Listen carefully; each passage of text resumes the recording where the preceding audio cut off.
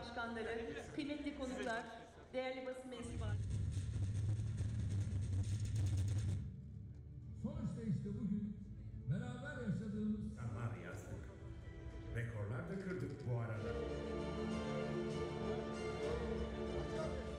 Денеска е отварањето на практично пуштањето во употреба на коридорот од Азербејџан до Турција на гасоводот, така наречен ТАНАП.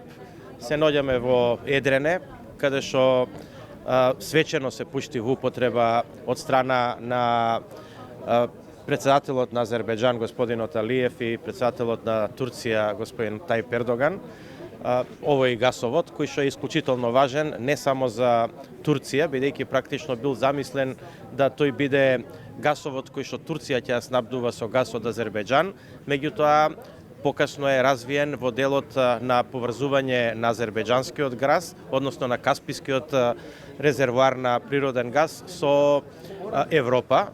За нас е исклучително важен, бидејќи тој во делот на Грција продолжува во така наречениот ТАП, односно Transatlantic Pipeline, на кој што проектот кој што го имаме за поврзување гасно со Грција би требало практично да црпи резерви на газ и од овој гасовод. Значи, ова гасна магистрала за нас е исклучително важна, заради тоа што дава пред се конкурентни цени на газ и нуди алтернатива на она што во регионот се снабдува како руски газ. Во енергетиката секогаш е многу важно да имате сигурност на снабдување, сигурноста ја дава доколку имате повеќе извори на снабдување, а исто така е многу важна и конкурентноста, бидејќи конкурентноста практично обезбедува конкурентност на цените, односно бенефит за граѓаните.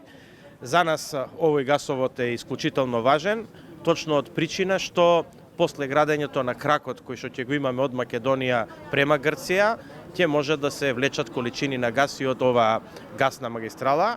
Во февруар ќе има состанок во Баку на кој што ќе требе да секоја од државите изрази спремност, односно потреба за количини на газ кои што би можеле да бидат приклучени на оваа гасна магистрала. Во моментот таа ќе има капацитет од 10 милиарди кубици, со можност да се покачат на 16 и 32 милиарди кубици, која што е крајната цел.